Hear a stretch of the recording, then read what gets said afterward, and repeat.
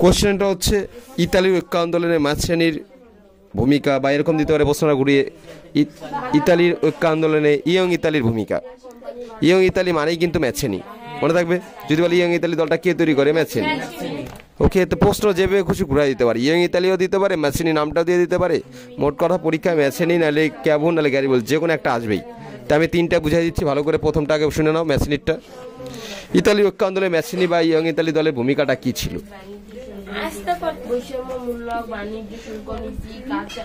Italy ফরাসি বিপ্লবের আগে, কোন বিপ্লবের আগে? বিভিন্ন ছোট বড় নানান রাজ্যে ভাগ হয়ে যায়। নানান রাজ্যে কোন দেশটা ভাগ হয়ে যায়? ইতালি। Very good. ইতালি কিন্তু অনেকগুলো ছোট ছোট রাজ্যে ভাগ হয়ে যায়। ফরাসি সম্রাট নেপোলিয়ান এই রাজ্যগুলো জয় করেছিল। কে জয় করেছিল? কিন্তু তার যখন পতন হয়, অর্থাৎ তিনি যখন মারা যান, তার পতন হয়, তখন ইতালিকে রাজ্যগুলিকে বিভক্ত করে সেখানে অস্ট্রিয়ায় প্রাধান্য বিস্তার করে। তাহলে এই ছোট ছোট রাজ্যগুলোতে প্রাধান্য কে বিস্তার করে? তারা পাজিটাকে। ব্যাপারটা বুঝতে পারছো? এবার চলে, এবার নিজের দেশকে রক্ষা করতে হবে না। কে প্রথম রক্ষা করবে? ম্যাচেনি। কথাটা বুঝতে পারছিস? তো এইরকম পরিস্থিতিতে ম্যাচেনি সর্বপ্রথম ভূমিকাটা পালন করে নিজের ইতালি দেশকে রক্ষা করার জন্য, এবং যে ভাগ্য হয়ে যায় রাজ্যগুলোকে তাদেরকে আবার পুনরায় ফিরিয়ে আনার জন্য। বুঝতে পারলি কথাটা? তো প্রথম জীবনে মাঝশ্রেণী কি করে দেখ, মাঝশ্রেণী ছিলেন দেশপ্রেমী। আমাদের যেরকম নেতাজি দেশপ্রেমী, ওরকম মাঝশ্রেণী ওদের দেশে দেশপ্রেমী। সুলেখকও ছিলেন। কি ছিলেন? এবং ছিলেন বিপ্লবী। মাঝশ্রেণী কি ছিলেন? দেশপ্রেমিক, সুলেখক এবং দেশপ্রেমী। তিনি ইতালির জেনোয়া প্রদেশে জন্মগ্রহণ করেন। কোন প্রদেশে? কোন প্রদেশ? জেনোয়া প্রদেশে জন্মগ্রহণ করেন। অল্প বয়স, অল্প বয়স, অল্প বয়সেই তিনি স্বাধীন আর ঐক্যবদ্ধ ইতালির গড়ে তোলার স্বপ্ন দেখতে শুরু করেন। অল্প বয়স থেকে ইতালিকে ঐক্যবদ্ধ করার স্বপ্ন দেখতে থাকেন। কে দেখতে শুরু করেন? একদম। তাই তিনি প্রথমে কার্বোনারি নামে একটা গুপ্ত সমিতির সাথে যোগ দেয়। কার সাথে যোগ দেয়? প্রথমে কার্বোনারি নামে একটা গুপ্ত সমিতির সাথে যোগ দেয়। হয়েছে, কিন্তু শীঘ্রই এই আন্দোলন দুর্বল হয়ে যায়। এই কার্বোনারি দলের যে আন্দোলন সেটা দুর্বল হয়ে যায়। তাই তিনি এই কার্বোনারি দলটাকে ছেড়ে ত্যাগ করে বেরিয়ে আসেন। অর্থাৎ প্রথমে কার্বোনারির সাথে যুক্ত হয় এই ইতালিকে ঐক্যবদ্ধ করার জন্য, কিন্তু যখন দেখেন যে কার্বোনারি দল দুর্বল হয়ে গেছে তখন তিনি সেই দল ত্যাগ করেন, অর্থাৎ বাদ দিয়ে দেন, এবং বিদ্রোহে প্ররোচনা দেওয়ার অভিযোগে, বিদ্রোহ যেহেতু মানে বিদ্রোহ প্ররোচনা দেওয়ার জন্য, মানে উনি কি বিদ্রোহ প্ররোচনা দিয়েছে, তাই ওকে গ্রেপ্তার করা হয়। কাকে? ম্যাচেনিকে। ও নাকি বিদ্রোহে প্ররোচনা দিচ্ছে তাই ওকে গ্রেপ্তার করা হয়। কে বুঝিস না পয়েন্টটা? ওকে, নেক্সট। আদর্শ। কি পয়েন্ট? ম্যাচেনি উপলব্ধি করলেন যে ইতালি ঐক্যের পথে সবচেয়ে বড় বাধা হচ্ছে অস্ট্রিয়া। ইতালি ঐক্য আন্দোলনের সবচেয়ে বড় বাধা কে? অস্ট্রিয়া। অস্ট্রিয়ার বিরুদ্ধে যুদ্ধে তিনি ইতালির যুব শক্তিকে ঝাঁপিয়ে পড়তে বললেন। তাহলে অস্ট্রিয়ার বিরুদ্ধে যে যুদ্ধ করতে হয়, তাহলে কাদেরকে ঝাঁপিয়ে পড়তে বললেন তিনি? ইতালির যুব শক্তি। যুব মানে কি? যুবকদের কথা বলা হয়েছে। ইতালির যুব শক্তিকে ঝাঁপিয়ে পড়তে অনুরোধ করলেন। তার আদর্শ ছিল বিদেশি শক্তির সহায়তা ছাড়া ইতালি রক্ত ঝরিয়ে দেশে স্বাধীন প্রজাতন্ত্র প্রতিষ্ঠা করবে। অর্থাৎ কোনো বিদেশি শক্তির সাহায্য না নিয়েই দেশের যুবকদের সাহায্য নিয়ে তিনি ইতালিকে ঐক্যবদ্ধ করবেন। কে? তাই তিনি বলেছিলেন, শহীদের রক্ত যত ঝরবে আদর্শের বীজ তত ফলবে। শহীদের রক্ত যত ঝরবে আদর্শের ফল তত ফলবে। কথাটা বুঝতে পারছিস? অসাধারণ কথা। কিন্তু নেক্সট পয়েন্ট হচ্ছে ইয়ং ইতালি দল। কি পয়েন্ট? ইয়ং ইতালি দল দেশবাসীকে দেশপ্রেমে উদ্বুদ্ধ করার উদ্দেশ্যে। কি বললাম? দেশবাসীকে দেশপ্রেমে উদ্বুদ্ধ করতে হবে না, নালে মানুষ এমনি যাবে। দেশবাসীকে দেশপ্রেমে উদ্বুদ্ধ করার জন্য ম্যাচেনি ফ্রান্সের মার্সাই শহরে, কোন শহরে? মানে বিদেশে, কিন্তু ব্যাপারটা বুঝিস, আমার ইতালিতে কিন্তু তৈরি করতে পারে না। ও কি নিজের দেশে কোনোদিন একটা সংগঠন তৈরি করতে পারবে? কারণ ওখানে তো অস্ট্রিয়া আছে, ও তো মেরেই ফেলবে ওকে। তাই কি করলো? ফ্রান্সের মার্সাই শহরে 1832 খ্রিস্টাব্দে কত ইয়ং ইতালি বা নব্য ইতালি দলটা তৈরি করলেন যুবকদের নিয়ে। কাদের নিয়ে? কথাটা বুঝতে পারছি? কত সাল? 1832 সালে ফ্রান্সের মার্সাই শহরে যুবকদের নিয়ে ইয়ং ইতালি দল তৈরি করলেন। বুঝতে পারছিস? যাকে বাংলায় বলে নব্য ইতালি দল। এই দলে কি হতো? মেনলি শিক্ষা দেওয়া হতো, আত্মত্যাগের শিক্ষা দেওয়া হতো, চরিত্রের শিক্ষা দেওয়া হতো, অস্ত্র চালানোর শিক্ষা দেওয়া হতো, জাতীয়তাবোধেরও শিক্ষা দেওয়া হতো। কথাটা বুঝতে পারছিস? এই দল শীঘ্রই কিন্তু জনপ্রিয় হয়ে ওঠে। কথাটা বুঝতে পারছিস? ম্যাচেনি ইয়ং ইতালি নামে একটি পত্রিকাও পরে তৈরি করেন। ম্যাচেনি ইয়ং ইতালি নামে একটা পত্রিকা, পরীক্ষা যদি আসি ইয়ং ইতালি পত্রিকা কে তৈরি করে? আসতেই পারে। নেক্সট পয়েন্ট, ফেব্রুয়ারি বিপ্লব। 1848 খ্রিস্টাব্দে ফ্রান্সে ফেব্রুয়ারি বিপ্লব শুরু হয় না? ফেব্রুয়ারি বিপ্লব কবে শুরু হয়? ফ্রান্সে ফেব্রুয়ারি বিপ্লব শুরু হয়। ইতালিতেও এর প্রভাব ছড়িয়ে পড়ে। ইতালিতেও ফ্রান্সে ফেব্রুয়ারি বিপ্লব হয়, আর এর প্রভাব ইতালিতেও ছড়িয়ে পড়ে। বুঝিস না? ভেনিসে প্রজাতন্ত্র প্রতিষ্ঠিত হয়। ভেনিসেও প্রজাতন্ত্র প্রতিষ্ঠিত। তো দাদা ভেনিস কি? ভেনিস তারপর এইসব জায়গা হচ্ছে তোর ইতালির ছোট ছোট জায়গা। ওকে, ইতালিরই ছোট ছোট। ওই যে ভাগ হয়ে গেছে না ইতালিটা, নেপলস, মিলান, লম্বার্ডি, কি নাম, এইসব রাজ্যগুলোতেও আন্দোলনটা ছড়িয়ে পড়ে। ইতালির ছোট ছোট রাজ্যের নাম কি? নেপলস, মিলান, লম্বার্ডি, কি নাম? নেপলস, মিলান, লম্বার্ডি প্রভৃতি রাজ্যেও এই তীব্র আন্দোলনটা ছড়িয়ে পড়ে। হয়েছে পিডমন্টের রাজা ছিলেন চার্লস আলবার্ট। পিডমন্টের রাজা নাম কি? তিনিও অস্ট্রিয়ার বিরুদ্ধে আন্দোলনে যোগ দেন এই ইতালির ইয়ং ইতালি দলে। বুঝতে পারছিস? পিডমন্টের রাজা, পিডমন্ট সার্ডিনিয়ার রাজা চার্লস আলবার্ট, তিনিও অস্ট্রিয়ার বিরুদ্ধে আন্দোলনে যোগ দেন। এ সময় ম্যাচিনি ইতালিতে ফিরে আসে এবং ইতালি দলের সদস্যদের নিয়ে আন্দোলনটা আরো ঝাঁপিয়ে তোলেন, মানে ঝাঁপিয়ে পড়েন এই আন্দোলনটা। মানে ও তো বিদেশে পালাইছিল এতদিন, ইয়ং ইতালি দল তৈরি করে ফেলাচ্ছে লুকায়। ওই দলকেও পাঠায় দিছে, কিন্তু ও আসতে পারে না, কারণ ওকে আসলে গ্রেপ্তার করবে। যে দেখছে দল তো ছেড়ে গেছে, এমন আসছে। বুঝছি ব্যাপারটা? তারপর ঝাঁপিয়ে পড়ে একদম। হ্যাঁ, তবে একা তো আর কোনোদিন একটা দল এত বড়কে চালানো যায় না। তার মানে কি সংগঠনের অভাব ছিল? অস্ট্রিয়ার ফরাসি শক্তিরা এটাকে দমন করে দেয়। অস্ট্রিয়ার ফরাসিরা ইয়ং ইতালি দলকে দমন করে দেয়, মানে ধ্বংস করে দেয়। শেষ পর্যন্ত কিন্তু এই আন্দোলন ব্যর্থ হয়ে পড়ে। যদি বলে ব্যর্থ কেন হয়, তোরা বলবি ব্যর্থতা পয়েন্টটাতে বলবি সংগঠনের অভাব হয়। অস্ট্রিয়া ফরাসিরা দমনমূলক অত্যাচার চালু করে, অত্যাচার শুরু করে, ফলে ইতালি দল বা আন্দোলন দুর্বল হয়ে পড়ে। বুঝতে পারলি? আচ্ছা, তারপরে বাকি জীবনটা ম্যাচিনি লন্ডনে গিয়ে কাটান। কোথায় গিয়ে কাটান? কে? Very good. তাই সবশেষে বলা যায় মাসিনি ব্যর্থ হয়েছিলেন ঠিকই, কিন্তু তিনি ইয়ং ইতালিদের জন্য দেশপ্রেমের যে আগুন জ্বালিয়ে দিয়েছিলেন তা পরবর্তীকালেও কিন্তু ঐক্য আন্দোলন গঠনে ইতালিকে সাহায্য করেছিল। মানুষকে তো দেশপ্রেমে আবদ্ধ করে দিছে। এখন তো মানুষ আর থামে থাকবে না। ও নয় ব্যর্থ হয়েছে, কিন্তু ও যে আগুনের বীজটা চালু করে দিয়ে গেছে সেটা কিন্তু আর বন্ধ করা সম্ভব হয়নি। ফলে এইভাবেই কিন্তু ইতালির ঐক্য আন্দোলনে ম্যাচিনি উল্লেখযোগ্য ভূমিকা পালন করেছে। কথাটা বুঝতে পারছিস? অসাধারণ কিনা? নেক্সট, শেষ ম্যাচিনি, বুঝে গেছিস? হ্যাঁ, ও কি বিদেশি সাহায্য নিছে? কার সাহায্য নিছে? দেশের যুব শক্তির সাহায্য নিয়ে ইতালি দল তৈরি করার উদ্যোগ গ্রহণ করেন। ছড়িয়েও পড়ে। ফ্রান্সে গিয়েও ইতালি দল তৈরি করলো। সালটা ছিল 1832, তাই তো? মার্সাই শহরে, তাই তো? ফ্রান্সের মার্সাই শহরে তৈরি করার পরে ও শিক্ষা, আত্মত্যাগ, এগুলা শিক্ষা দেয়, জাতীয়তাবাদের শিক্ষা দেয়, তাই তো? তারপর ওই দলটাকে ইতালিতে পাঠায় দেয়। ইতালিতে আসার পরে ওই দল ছড়িয়ে পড়ে, আরো জনপ্রিয় হয়ে ওঠে। পিডমন্ট সার্ডিনিয়ার রাজা চার্লস আলবার্টও এই দলে যোগ দেয়, তাই না? হ্যাঁ, তারপরে ম্যাচিনি আসে। আসার পরে এই দলটা আরো মানে জোরদার হয়ে যায়, আন্দোলনটা আরো শক্তিশালী হয়ে যায়। তাই তো দেখলাম আমরা গল্পটা, এটাই তো লিখবো ঢালা। বুঝতে পারছিস তো কথাটা? নেক্সট হচ্ছে ক্যাবুর। কি নাম? ক্যাবুরটা একটু বলে দিই।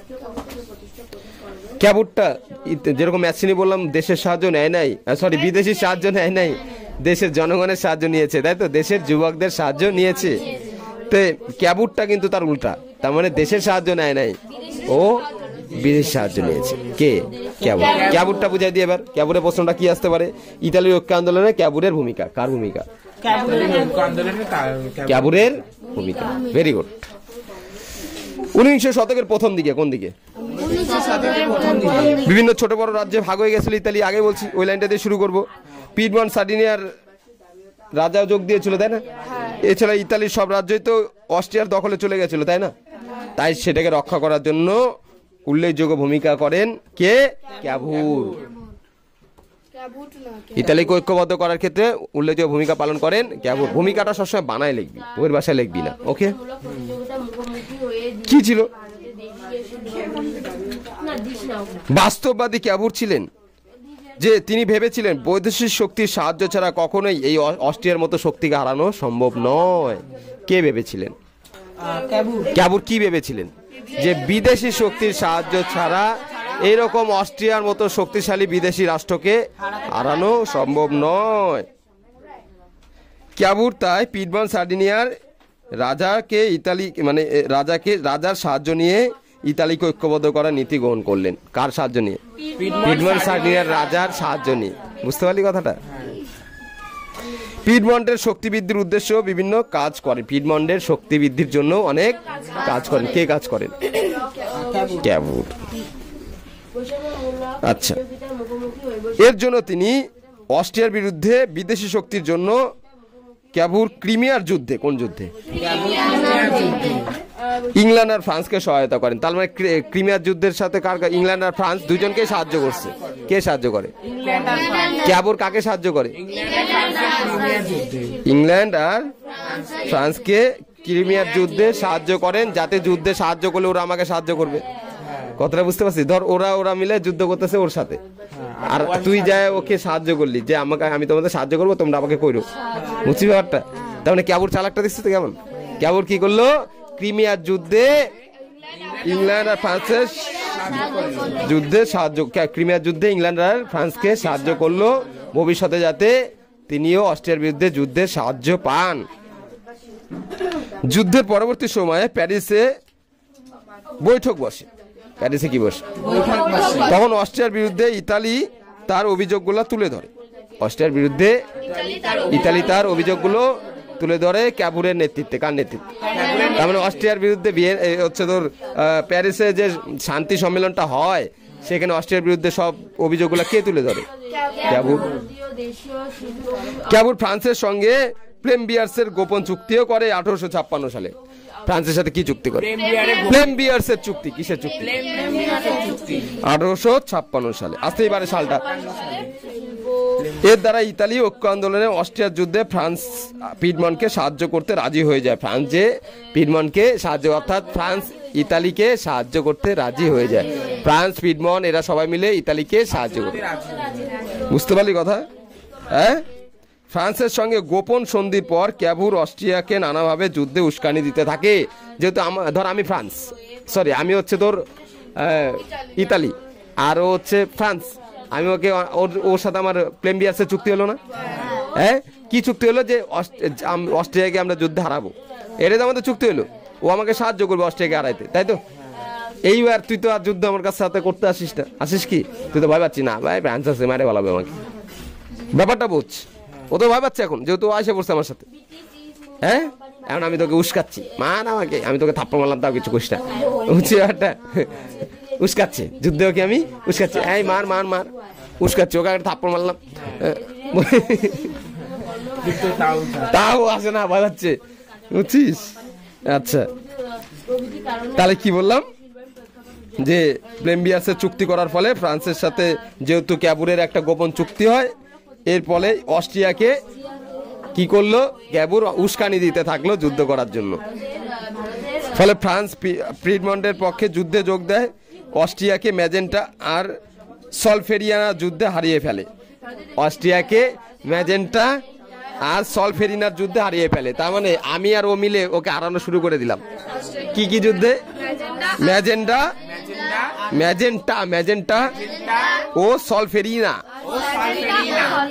সরি সলফেরিনো, ফেরিনো ম্যাজেন্টা ও সলফেরিনোর যুদ্ধে অস্ট্রিয়াকে ফ্রান্স আর হচ্ছে ইতালি মিলে, মানে ইতালি তো আর তখন নাম ছিল না, পিডমন্ট নাম ছিল। কি নাম ছিল? যেহেতু ভাগ হয়ে গেছে রাজ্যগুলো, একটা রাজ্যতেই তো ক্যাপুর থাকতো, ওটা হচ্ছে পিডমন্ট। কোন রাজ্যতে থাকতো? পিডমন্ট। পিডমন্ট মানে আমি, ইতালি মানে পিডমন্ট। ওকে, পিডমন্ট মানে ইতালি, ইতালি মানে পিডমন্ট। পিডমন্ট আর ফ্রান্স মিলে কি করলো? ম্যাজেন্টা ও সালফেরিনোর যুদ্ধে, ম্যাজেন্টা ও সালফেরিনোর যুদ্ধে অস্ট্রিয়াকে পরাজিত করে কে? ফ্রান্স আর পিডমন্ট। পিডমন্ট মানে কে বলতো? আচ্ছা, এছাড়া ফরাসি সম্রাট তৃতীয় নেপোলিয়নের মাঝপথে যুদ্ধ বন্ধ করে যে অস্ট্রিয়ার সঙ্গে ভিল্লা ফ্রাঙ্কার সন্ধি হয়েছিল, অস্ট্রিয়ার সাথে কি সন্ধি হয়েছিল?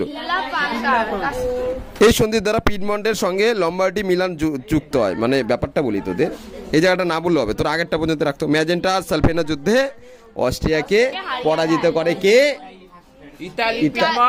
ইতালির পিডমন্ট আর ফ্রান্স। ওকে, ইতালি পিডমন্ট, ও বুঝতেছে না কিন্তু। পিডমন্ট মানে ইতালি। ওকে, আর এর পরে যে পয়েন্ট আছে না, কিন্তু ফরাসি সম্রাট, ওটা বলার দরকার নেই, ওই প্যারাটা বলবি না। ওকে, নেক্সট, ক্যাবুর ভিল্লা ফ্রাঙ্কার সন্ধি বিরোধিতা করে। ও, এটা বলতে হবে রে, দাঁড়া দেখ। তবে এই অস্ট্রিয়ার সাথেই ফ্রান্সের সম্রাট নেপোলিয়ান ভিল্লা ফ্রাঙ্কার সন্ধি করেছিল। এর আগে কিন্তু ওর সাথে ওর একটা চুক্তি হয়ে গেছিল। কি চুক্তি হয়েছে? ভিল্লা ফ্রাঙ্কার চুক্তি। ভিল্লা ফ্রাঙ্কার সন্ধি হয়েছে ভিল্লা হয়েছে। এই সন্ধির দ্বারা কি হয়েছে? ওদের এই ওরা দুজন মিলে তো চুক্তি করছে, মানে আমার সাথেও করছে, আবার পাকামি মারা ওর সাথেও করতে। বহুত চালাক, বুঝছিস? মানে ফ্রান্স পুরা চালাক, বুঝছিস তো? মানে আমার সাথে আমাকে ভালো রাখবো, আবার ওর সাথেও যায়। হ্যাঁ, তো ভিল্লা ফ্রাঙ্কার সন্ধি করে, এবং পিডমন্টেরই দুইটা জায়গা, লম্বার্ডি আর মিলান, মানে আমারই, মানে ইতালিরই দুইটা জায়গা, লম্বার্ডি আর মিলান, এটাকে ও নিয়ে নেয় ওর সাথে চুক্তি করে। কি বাজি দেখছিস? প্রসেনজিৎ কিন্তু ফ্রান্সের সাহায্য চুক্তি করলো কে? অস্ট্রিয়া। কি চুক্তি করলো? ভিল্লা ফ্রাঙ্কার সন্ধি। এই চুক্তির মাধ্যমে কি করলো? হচ্ছে পিডমন্টেরই দুইটার জায়গা, লম্বার্ডি আর মিলান, এই দুইটা জায়গাকে নিয়ে নেয় অস্ট্রিয়া। কথাটা বুঝতে পারছিস? ক্যাবুর তো রাগে যায়, ক্যাবুর ভিল্লা ফ্রাঙ্কার সন্ধির বিরোধিতা করে। আমি পুরো রেগে গেছি, ভিল্লা ফ্রাঙ্কার সন্ধি তোরা যে করছিস ওর উপর তো বেশি খান। ভিল্লা ফ্রাঙ্কার সন্ধির বিরোধিতা করলেও পিডমন্টের রাজা ইমানুয়েল ফ্রান্সের সহায়তা ছাড়াই অস্ট্রিয়ার বিরুদ্ধে যুদ্ধ চালিয়ে জয়লাভ করা সম্ভব নয় বলে মনে করলেন। অর্থাৎ ক্যাবুর তো ভিল্লা ফ্রাঙ্কার সন্ধি বিরোধিতা করলই। কে? পিডমন্টের রাজা ছিলেন ইমানুয়েল, তাই তো? পিডমন্টের রাজা নাম কি? তিনি ভাবলেন যে ফ্রান্সের সাহায্য ছাড়া তো আমরা অস্ট্রিয়ার বিরুদ্ধে যুদ্ধ চালাতে পারবো না। পারবো কি? তাই তিনি যুদ্ধের বিরতিতে সম্মতি দিয়ে সন্ধি মেনে নেন এবং অস্ট্রিয়ার সঙ্গে জুরিখের সন্ধি স্বাক্ষর করলেন। অস্ট্রিয়ার সাথে আমি লাস্টে কি চুক্তি করে নিলাম?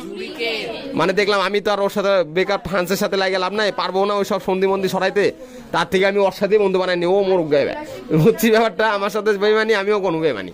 এবার আমি আর ওকে বন্ধু বানাই নিলাম অস্ট্রিয়া। কি চুক্তি করলাম? জুরিখের সন্ধি। কি চুক্তি? জুরিখের সন্ধি স্বাক্ষর করলাম। এই ঘটনায় যেহেতু রাজা করছে, কে করছে? পিডমন্টের রাজা। কি নাম? ইমানুয়েল। সে ভাবলো যে ফ্রান্সের সাহায্য ছাড়া তো অস্ট্রিয়া কাটানো যাবেই না, তার থেকে আমি অস্ট্রিয়ার সাথে বন্ধু বানাইনি। কে করলো বলতো? পিডমন্টের রাজার নাম কি? ইমানুয়েল। তিনি কি বললেন? যে ফ্রান্সের সাহায্য ছাড়া তো যুদ্ধে জয়লাভ করা সম্ভব নয়। বুঝিস? পিডমন্ট মানে কি? ইতালিরই তো পিডমন্ট। ইতালি পিডমন্টের রাজাও ছিল, প্রধানমন্ত্রী মানে একজন নেতাও ছিল, ক্যাবুরও ছিল, আবার ইমানুয়েলও ছিল। কিন্তু ইমানুয়েল কি করলো? অস্ট্রিয়ার সাথে চুক্তি করলো। কিন্তু ক্যাবুর এটা মেনে নিতে পারলেন না, বললেন না রাজা মেনে নিক, আমি পারবো না, আমি এই পদই ছেড়ে দিলাম, আমি থাকবোই না আর এখানে। ক্যাবুর কিন্তু পদত্যাগ করলেন, বুঝতে পারলি? রাজার সাথে আর থাকলো না, কিন্তু পদ ছেড়ে দিল। বুঝতে পারলি কথাটা? কে বুঝিস না? হ্যাঁ, আর ওই যে ইমানুয়েল যে জুরিখের সন্ধি করছিল না, কে করছিল?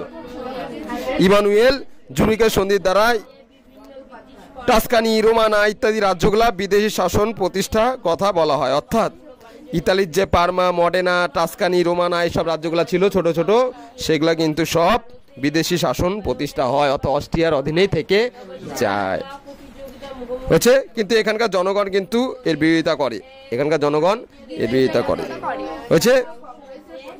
ক্যাবুর কিন্তু শেষ পর্যন্ত দেশের স্বার্থে আবার প্রধানমন্ত্রী পদ গ্রহণ করেন, আবার প্রধানমন্ত্রী ক্যাবুর হয়। দেশের জনগণ যেহেতু চায়, ও কিন্তু আবার প্রধানমন্ত্রী হিসাবে নির্বাচিত হয়। তিনি ফরাসি সম্রাট তৃতীয় নেপোলিয়নের সঙ্গেও একটা বোঝাপড়া করেন। কার সাথে? ফরাসি সম্রাট, এই যে ফরাসি মানে কে? ফ্রান্সে, যে ওর সাথে একটা বোঝাপড়াও করে নেন। তাই সবশেষে বলা যায় যে ক্যাবুর ইতালির স্যাভয়া নিস অঞ্চলে নিজের আধিপত্য বিস্তার করে এবং ইমানুয়েলের সাথে সন্তুষ্ট না হয়ে তিনি যেমন পদত্যাগ করেছিলেন, পরবর্তী কিন্তু জনগণের জন্য তিনি আবার প্রধানমন্ত্রীও হয়েছিলেন। তবে ইতালি ঐক্য আন্দোলনে তার অবদান কিন্তু অনস্বীকার্য। বুঝতে পারলে একটা লাইন দিয়ে শেষ করব। ওকে, নেক্সট কার? গ্যারিবল্ডি। কার? আচ্ছা, গ্যারিবল্ডিটা বলে দিই। গ্যারিবল্ডিটা ওদের আসবে স্কুলে, ওদের স্কুল বা তোমাদের স্কুল ঠিক নাই, কিন্তু এটা আসার চান্স প্রচুর। ইতালি ঐক্য আন্দোলনে জোসেফ গ্যারিবল্ডির অবদান খুবই ইম্পর্টেন্ট। ওকে, ফরাসি বিপ্লবের আগে প্রায় 3 শতাব্দীর বেশি সময় ইতালি পরস্পর বিরোধী বিভিন্ন ছোট বড় রাজ্য বিভক্ত হয়ে যায়। ইতালি ছোট বড় নানান রাজ্যে বিভক্ত হয়ে যায়। এখানকার অধিকাংশ রাজ্যে বিদেশিদের আধিপত্য, এখানকার অধিকাংশ রাজ্যে আধিপত্য। আন্দোলনের যোগদান গ্যারিবল্ডি কি করে? 1833 খ্রিস্টাব্দে ম্যাসেনির সাথে আসেন। কার সংস্পর্শে আসেন? গ্যারিবল্ডি কার সংস্পর্শে আসেন? এসে ইতালি দলেরই সদস্য হন। গ্যারিবল্ডি কোন দলের সদস্য হন? ওই যে ম্যাসিনি পড়াচ্ছি না তোদের, ম্যাসিনির যে ইয়ং ইতালি দল ছিল ওই দলেরই সদস্য হন গ্যারিবল্ডি। বুঝতে পারলি কথাটা? এটা দিয়ে শুরু করবি 1833 খ্রিস্টাব্দে। কত? তিনি ম্যাসিনির সাথেই স্যাভয়ের বিদ্রোহে যোগ দেন। ম্যাসিনির সাথেই, তারপর তার প্রাণদণ্ড দেওয়া হয়। তাকে কি দণ্ড দেওয়া হয়? তাই তিনি দেশ ত্যাগ করে পালিয়ে যান। প্রাণদণ্ড দেয় যেহেতু ও যুদ্ধে যোগ দিছিল, ওই যে স্যাভয়ের বিদ্রোহে যোগ দিছিল, তাই ও কিন্তু লাস্টে ওকে প্রাণদণ্ড নির্দেশ দেয় অস্ট্রিয়ারা, তাই ও দেশ থেকে পালিয়ে যায়। কারণ অস্ট্রিয়া তোকে ধরলে প্রাণদণ্ড দিয়ে দেবে, তো দেশ ছেড়ে পালিয়ে যায়। তারপর 1848 খ্রিস্টাব্দে ইতালির বিপ্লব শুরু হয়। 1848 খ্রিস্টাব্দে ইতালিতে কি শুরু হয়? ওই যে ফরাসি বিপ্লবটা ছড়িয়ে পড়ে না ইতালিতেও? 1848 খ্রিস্টাব্দে ইতালিতে ফরাসি বিপ্লবটা ছড়িয়ে পড়লে গ্যারিবল্ডি ইতালিতে ফিরে আসলেন। কখন ফিরে আসলেন তুই?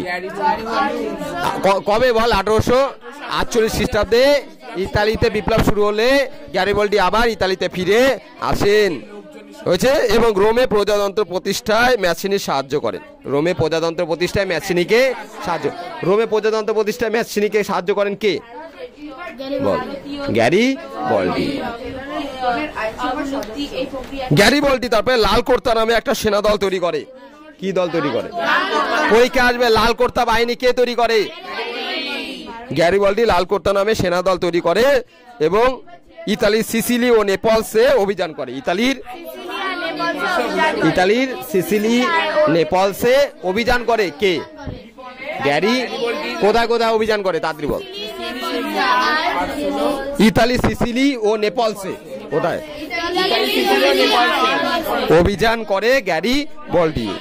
সেখানকার পূর্ব রাজবংশকেও হারিয়ে দেয়, সেখানকার পূর্ব রাজবংশকেও হয়েছে এবং সিসিলিয়া নেপলসকে দখল করে নেয়। সিসিলিয়া নেপলসকে গ্যারিবল্ডি দখল করে নেয়। বুঝে গেছিস? নেক্সট, গ্যারিবল্ডি সিসিলিয়া নেপলসটা প্রজাতন্ত্র তৈরি করলো। করার পরে ক্যাবুরও উপলব্ধি করলো। ক্যাবুর আরেকজন ছিল, জানিস, পড়াইছি তোদের। ম্যাসিনির সহযোগী কে ছিল? গ্যারিবল্ডি। গ্যারিবল্ডি এবার দেখ ব্যাপারটা বোঝ। সিসিলিয়া নেপলস জয় করে নিল। কে জয় করে নিল?